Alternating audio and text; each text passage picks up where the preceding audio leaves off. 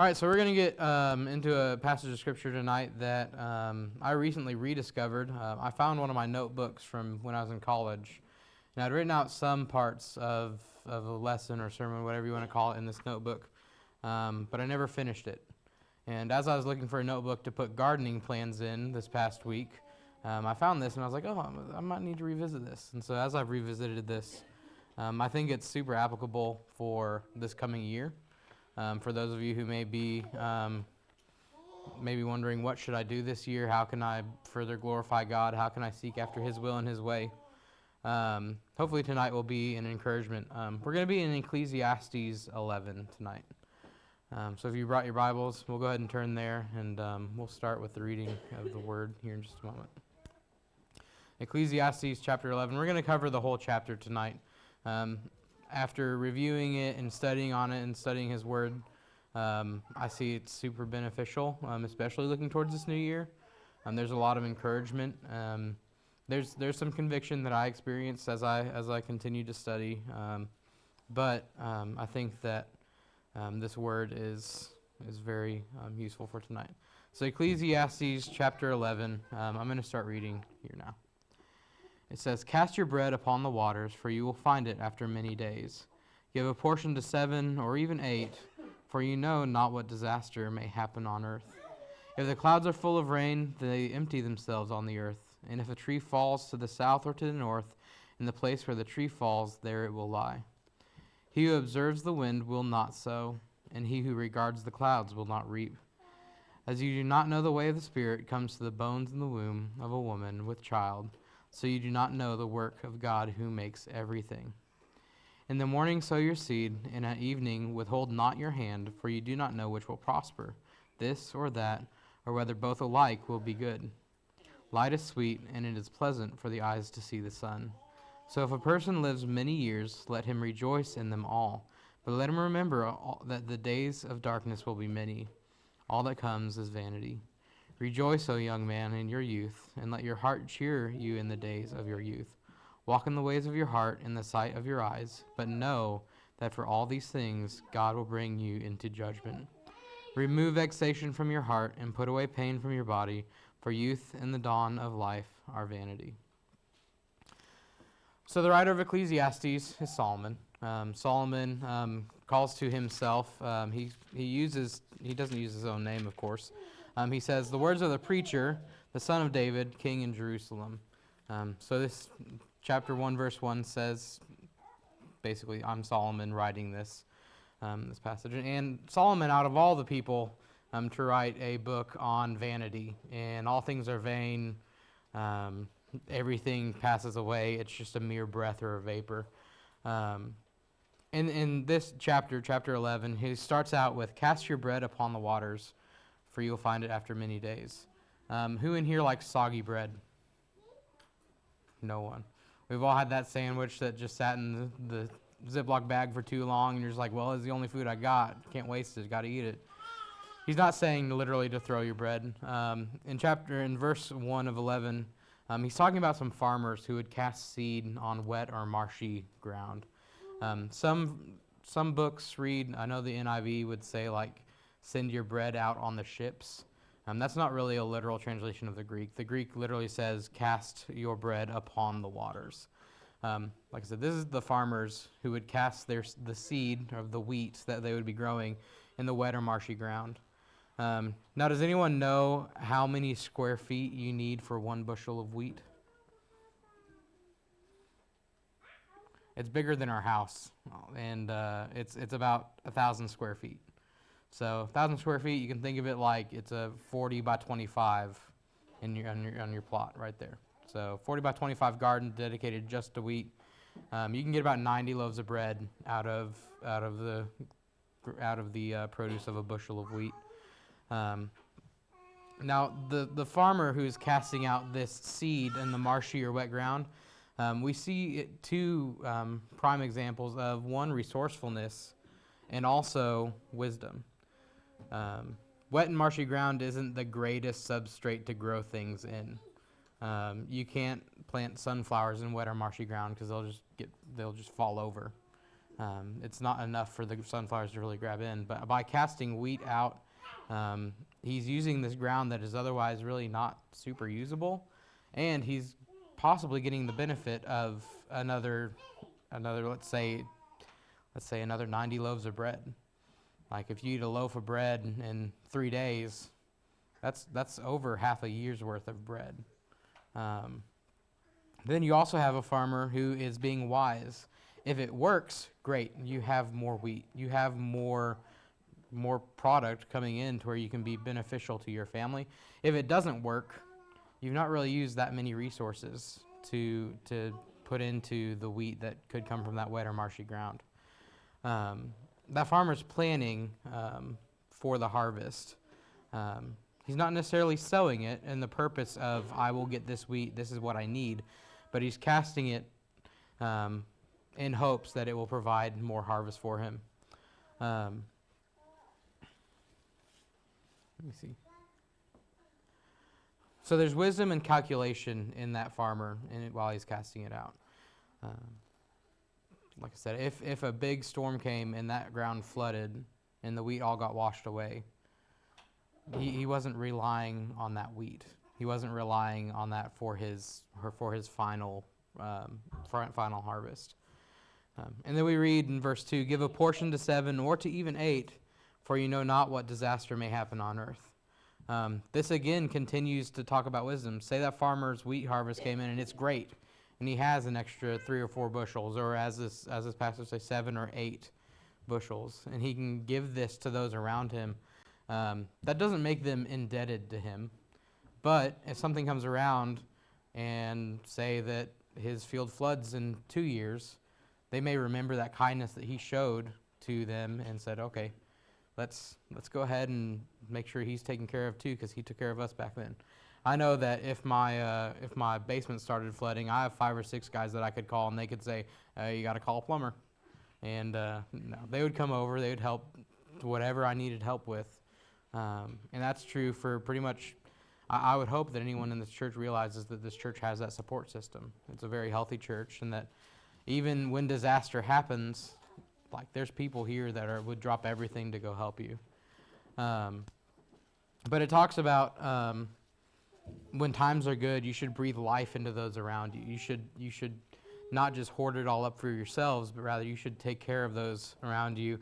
And then when something happens, we can call on our brothers and sisters in Christ to help us in those situations.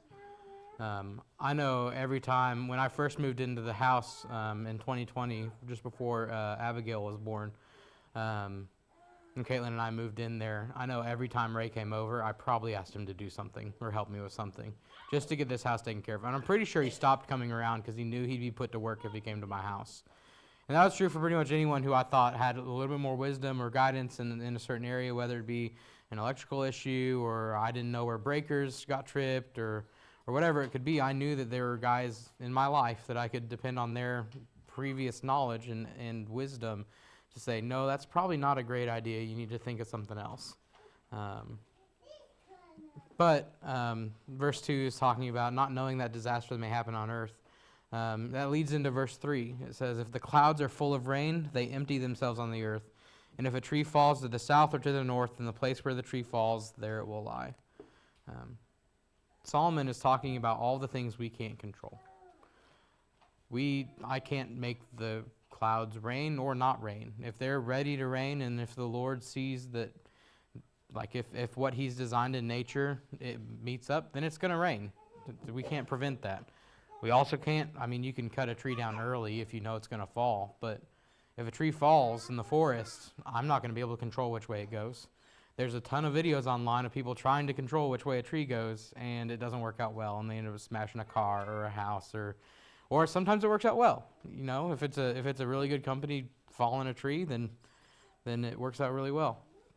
But there are things that we have no control over, and just in the same way that the farmer would cast his wheat onto the marshy ground, onto the wet ground, he can't tell that wheat to grow. He can't say, okay, there's water, there's dirt, sprout up, give me bread.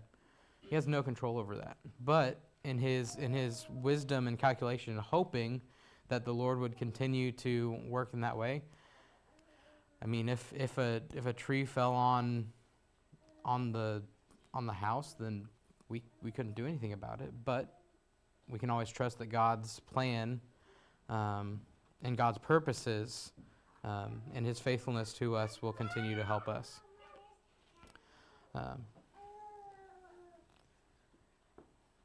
So we're called to be children of God at any time and in any place.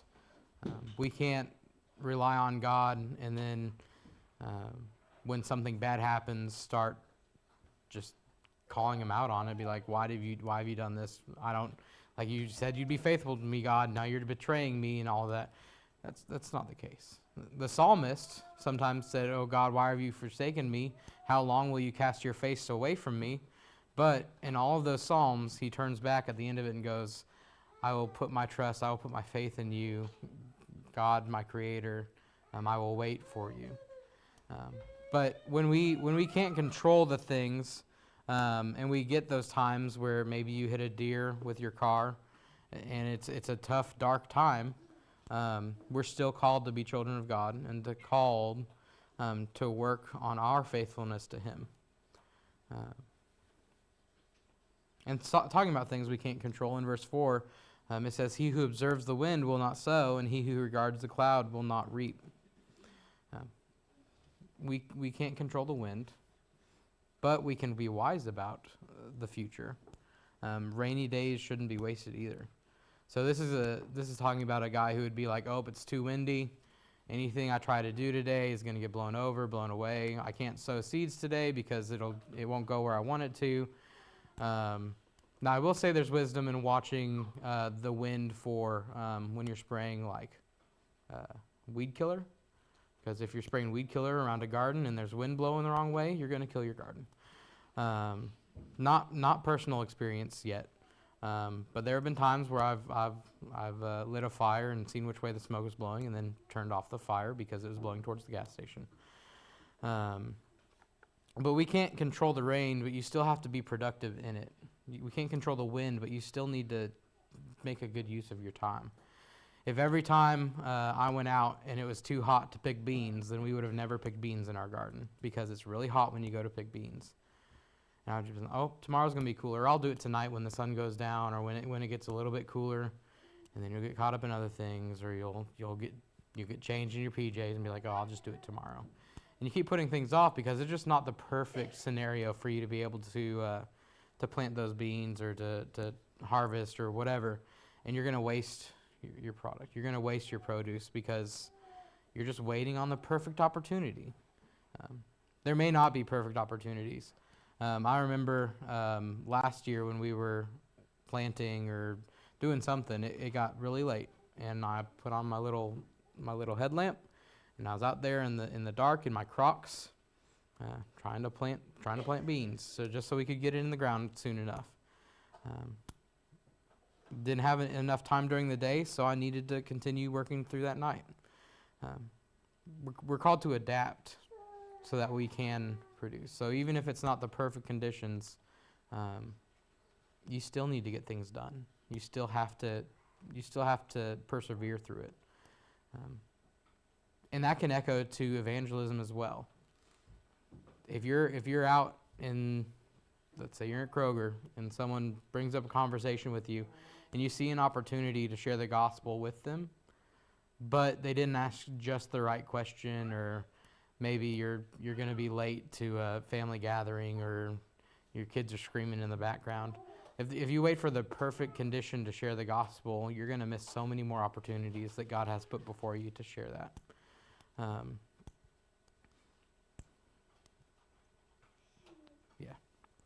So in verse 5, we see, and I thought this was very interesting here, "As you do not know the way the Spirit comes to the bones in the womb of a woman with child, so you do not know the work of God who makes everything." How relevant is it that Easton and Brittany just had their baby today? God's purposes for things may not be immediately evident. They may not be things we would ever understand. Travis uses the illustration, I don't know how a brown cow can eat green grass and produce white milk. There's many things that we will never understand in this world. There's many parts about nature. And people use the word ignorance in a bad way most of the time, but ignorance is just simply like not knowing, not having the knowledge about something. There are things that even the most seasoned Christian will still be ignorant about when it comes to God. There are mysteries we will never know until we see the fulfillment of the faith through Christ's second coming, or when he delivers us in death to his presence. There will be things that theologians have studied for decades and centuries that we still don't have a full grasp on about God. But does that ignorance mean that we just don't care about it? Those things that we don't understand show us more about God and prove to us that God is much greater than anything we could ever imagine. If we understood every little thing about God, he would not be infinite. If we understood every little thing about God, he would not be the creator of all things. Because if he's infinite, then we could never possibly know enough about him. So like I said, God's purposes may not be immediately evident. His ways may not be immediately known. But there's always, that should encourage you to continue to seek after him and his purposes for the things that happen around you. Now we get into the directions of these verses here. Verse number 6, in the morning sow your seed, and at evening withhold not your hand, for you do not know which will prosper, this or that, or whether both alike will be good. This passage is telling us to work, like prepare for the future, and be a good steward of what God's been providing you with. Let's think of it this way. We have some people in here who farm. We have people in here who may be really good at metalworking or carpentry or insert your hobby or skill here. They're both needed, but farming generally, if you're a hobby farmer, doesn't really happen in the wintertime. And carpentry, if you're a hobby carpentry, you're not making chairs every single day. You might be. That's fine, but they're both skilled hobbies. They're both needed. Sometimes one is needed more than another. So in planting season, if you garden and if you also do carpentry, you're probably not going to make as many chairs when you're supposed to be planting your garden. You're going to have to switch off your eyes onto another task. You're going to have to change your mindset of, okay, now is the time in which I sow. And then June rolls around, now's the time I start harvesting. If you're anything like most of the people I know, about June, if you planted zucchinis, you got to start picking those bad boys, or else you're going to be overran with zucchinis. In November, there's really not much to plant. So that may be a time where you switch your focus, and you're like, okay, I'm going to start making Christmas gifts. I'm going to start, someone asked me for this, David, I just remembered, you wanted a porch swing. I totally just remembered that. This has been like 2 to 3 years ago now that he wanted this porch swing, but it just, no, it's okay. But there are times when there would be people asking, hey, can you do this porch swing? And I obviously didn't have time for that one. But both of them required perseverance when it was time for them. It was long, hard days to plant gardens. It's long, hard days to make things in carpentry. However, we're called to persevere. And all of that is great to do. However, if you can keep your focus on God and His purposes for the things that you are doing, that makes it all the greater. If we focus in these times on hardships, I planted my garden, but it frosted again and it killed all of I've got to plant it again. If you focus on the little problems, I didn't get this corner just right while I was building a thing and now everything wobbles, you're gonna miss the point of why you're doing what you're doing. You have opportunities throughout throughout the springtime to plant things multiple times. Like I said, I've been looking for a notebook to plan out the garden, and I downloaded an app on my phone, and I put in that I lived in Kentucky, and they're like, "Oh, it looks like you live close to Irvington," and I'm like, "That's kind of creepy, but yeah, I do." So I put it in, and it showed me this calendar of all of the vegetables that I wanted to plant. And it's like, if you wanted to start it indoors, you can start it indoors as early as like February or February 15th. But don't plant it until after the last frost, which is around April 20th in your area. And it gave me this clear layout of every single thing that I should do if I wanted to be productive in this garden this year. And it's super helpful because I don't have all the experience of planting gardens. Some people you go up to and ask, "Hey, when do I plant potatoes?" And they're like, "Put it in the ground before Easter, because you always put potatoes in the ground before Easter. That's when you do it." And that knowledge is great, and that's how you can tell like someone has truly seeked after what is the purpose of what I'm doing. And when they pass along that knowledge, that's wisdom that you can gain from those around you. Like I said in verse 2, there are people around us who have so much experience in just the smallest things that you may not have ever expected.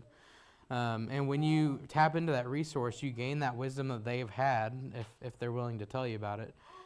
Now, sometimes they may not be willing. I would not ask Eric to teach me how to do electricity, not because he can't do it, but because I wouldn't trust myself to be wiring things in my own house.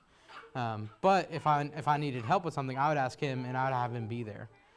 Today at work, I had to isolate power on one of our pieces of equipment, and I wasn't sure how to do it. So I called up an electrician. I was like, "Hey, can you meet me at this place? I'm pretty sure I got to turn off a breaker, but I want to make sure I'm doing it right."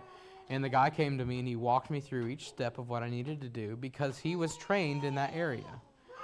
He had taken the experience that he needed, and I could tell that he also had wisdom in that too, because he also told me things like, "Well, usually you'd have to have this course in order to do it, but under this safety requirement or this law that we have to follow, as long as you have someone test this out for you who's qualified in that way, it'll be fine. You can still do the work."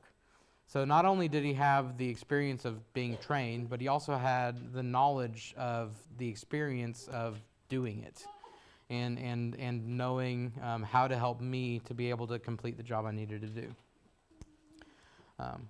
We also see that you can find good work as long as you have the heart for it. If you've never gardened before and you have no desire to build a garden, and you think this year you're going to plant 800 plants and have a great harvest, you're probably going to have to think a little bit smaller. I'm pretty sure everyone in here has had gardens before, so that doesn't really apply in this place. But if you said, "Hey, Micah, I want to build a China hutch, and I want to build super intricate, I want to put trim around the whole thing, and I want to do it in the next 3 days, and I want to do it. I want you to be there, but I don't want you to help me. I just want you to tell me if I'm doing something wrong." I'd tell you that it's probably not going to happen. Because China hutches have a lot of moving parts. They have a lot of pieces. If you want to look decorative, take a lot of time to carve out. And you can be all gung-ho about it and then end up with a product and then get discouraged that it didn't look like you wanted it to. Or it creaks when you open the door.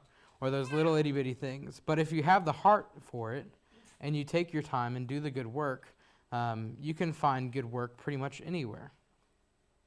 Like he says in verse 6, "Withhold not your hand, for you don't know which will prosper, this or that, or whether both alike will be good."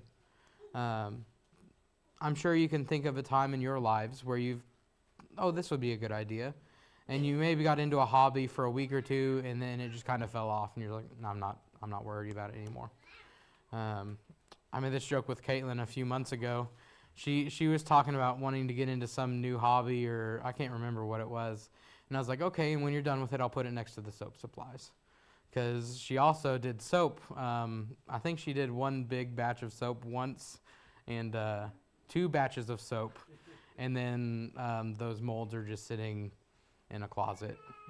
They're still accessible if she ever wanted to pick it back up.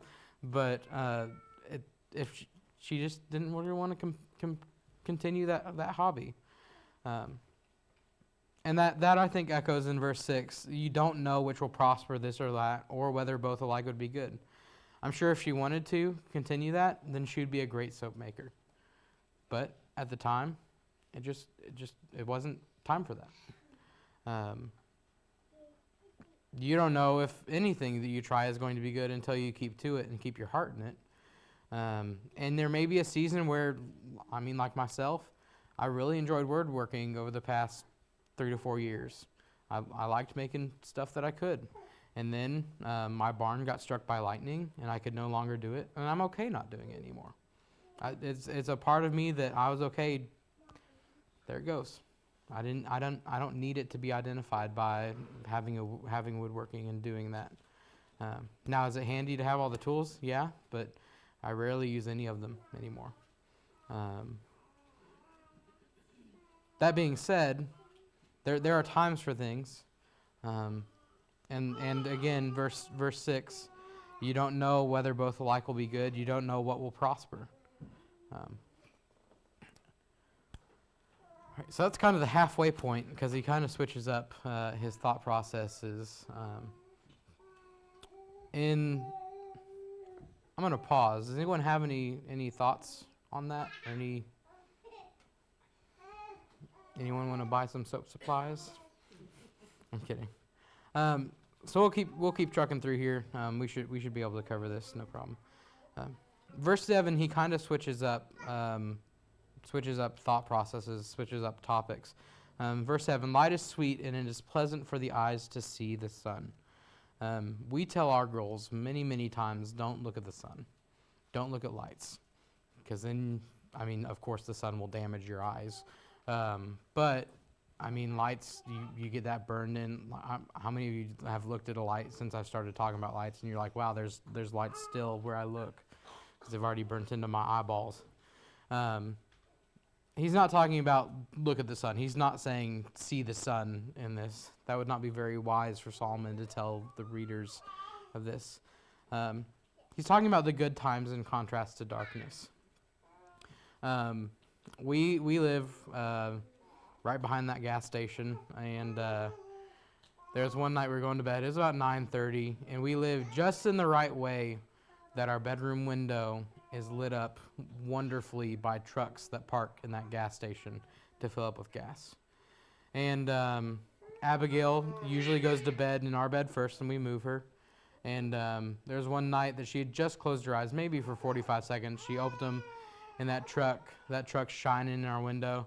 She goes, Dad, it's morning time. I can get up now. I was like, sweetheart, please no. I was like, please do. It is not morning. It's still sleepy time.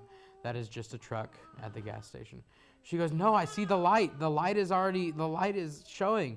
And I was like, it is still nighttime. It is time to go to bed. She goes, I'm getting up. I'm going in the living room. It is time to go in the living room. I said, Abigail, it is not. It is still sleepy time.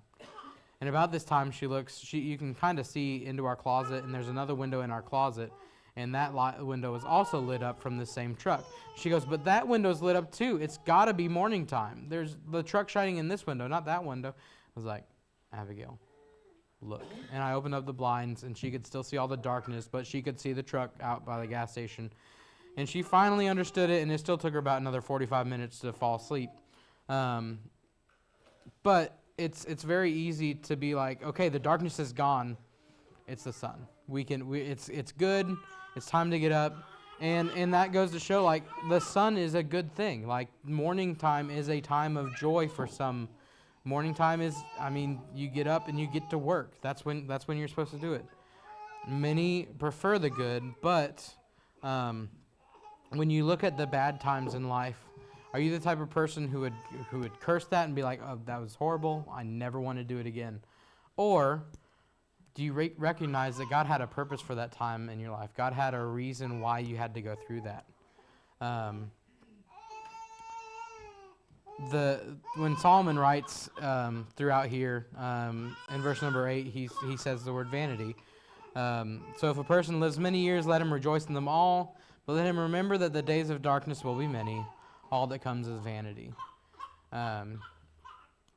We think about the word vanity again in like a negative connotation. We think, oh, vanity, that's someone being vain, that's a bad thing. And all he's writing here is that it's temporary. It's a vapor. It's a breath. It's not necessarily a bad thing for all to be vanity. He says in, let me find it here.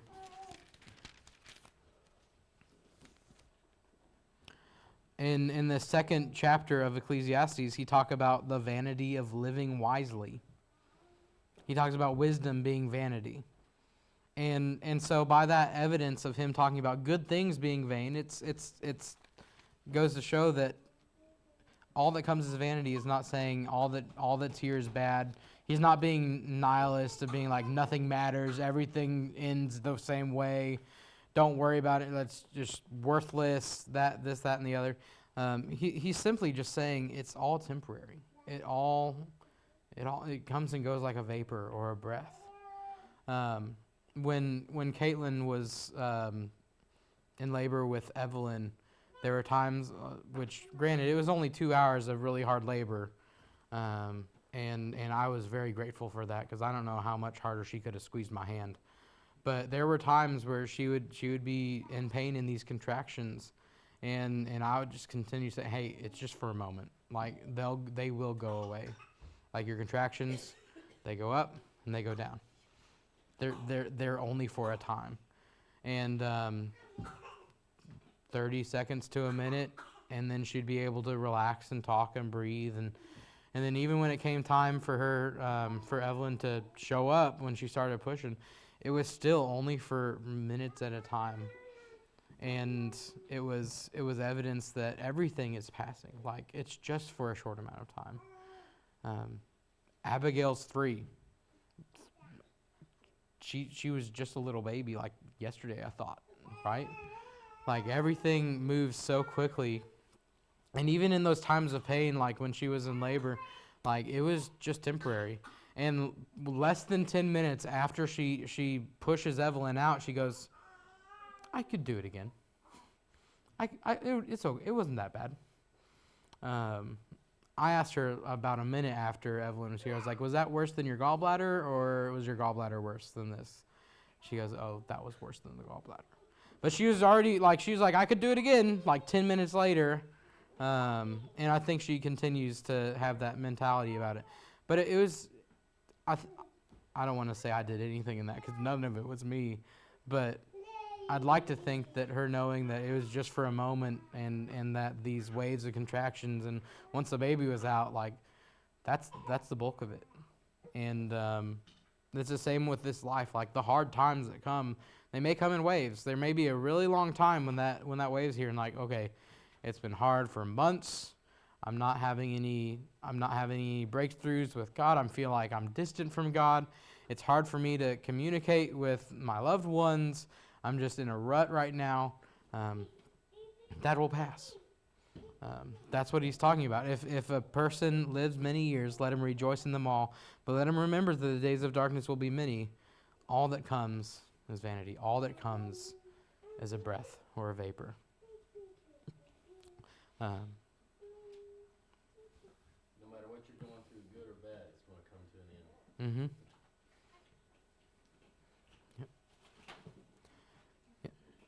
And we can rejoice through the faithfulness of God. It is because God is faithful to his promises that we have that ebb and flow of good times, of bad times. This is just a small moment in all of eternity.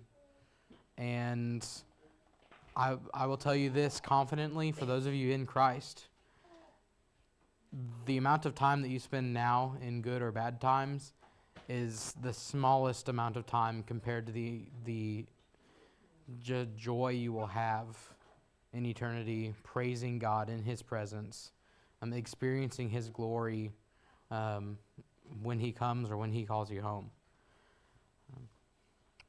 Verse number 9 it says, Rejoice, O young man, in your youth, and let your heart cheer you in the days of your youth.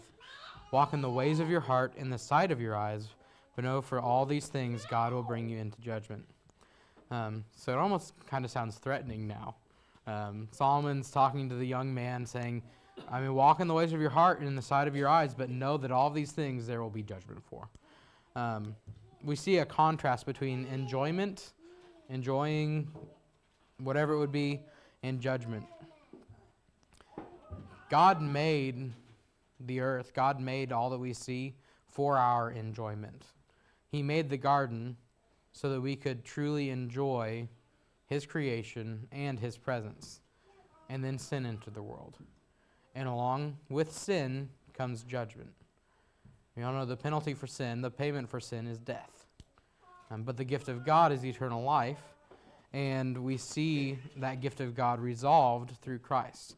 So no longer do we have to see enjoyment versus judgment, but we are allowed to enjoy the things that God has made good for us. There are still things that are enjoyable that are not pleasing to God. And that's where that judgment comes in that he's talking about at the end of this verse. Know that for all these things, God will bring you into judgment.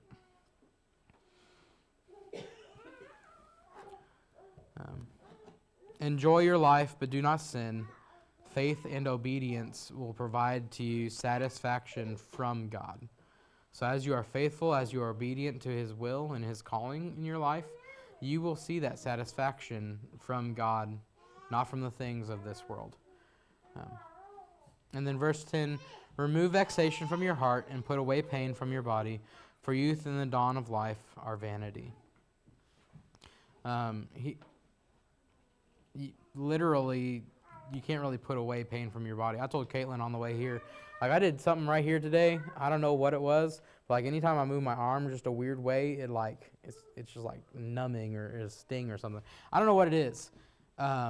If I could truly put away pain from this body, like that would be fantastic. If I could just say, okay, elbow, stop being weird, and it stopped being weird, then that would be great. What he's talking about here, we also see in 2 Timothy 2, verse 22.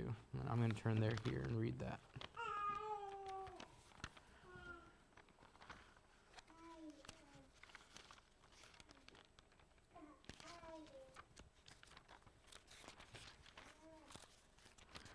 So in 2 Timothy 2:22 it says this, so flee youthful passions and pursue righteousness, faith, love, and peace, along with those who call on the Lord from a pure heart.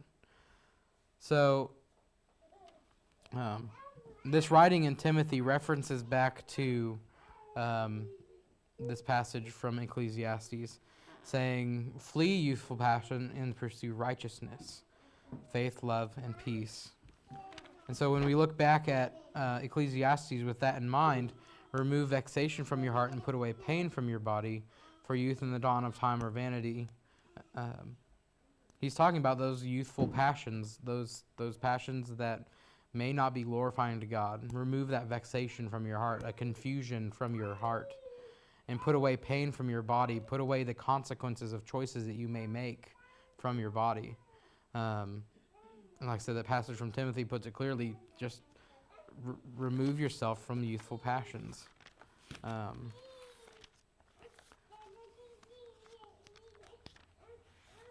going to go back there because there's another point I wanted to make from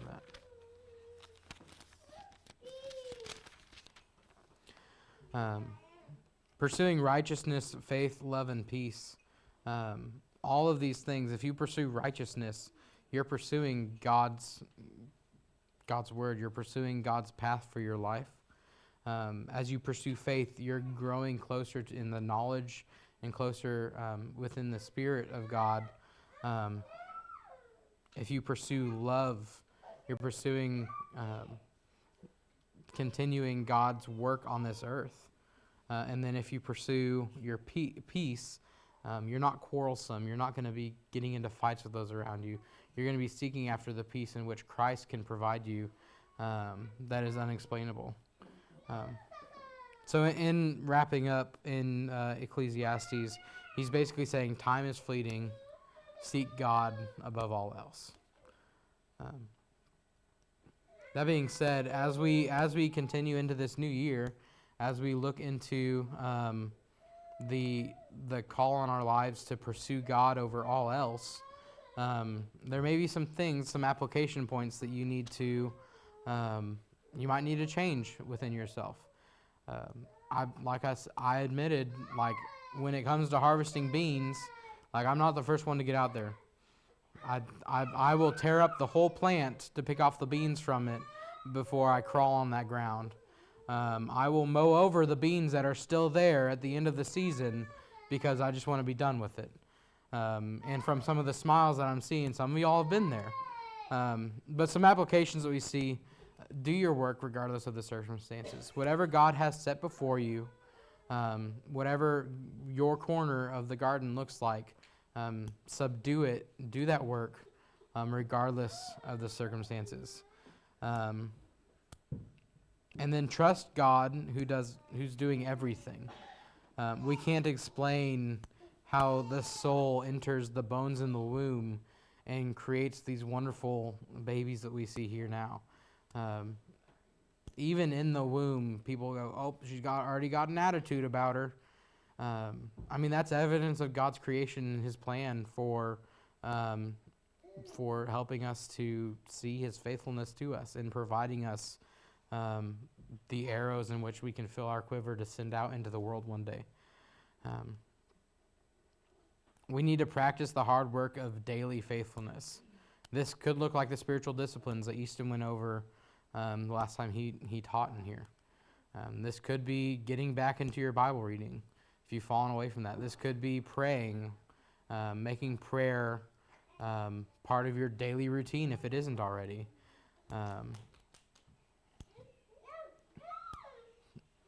But practicing that hard work, if it comes second nature to you, fantastic. But if it doesn't, there's an area in which you can improve upon and glorify God while doing. Does anyone else have any thoughts on this, on the wrapping up of this?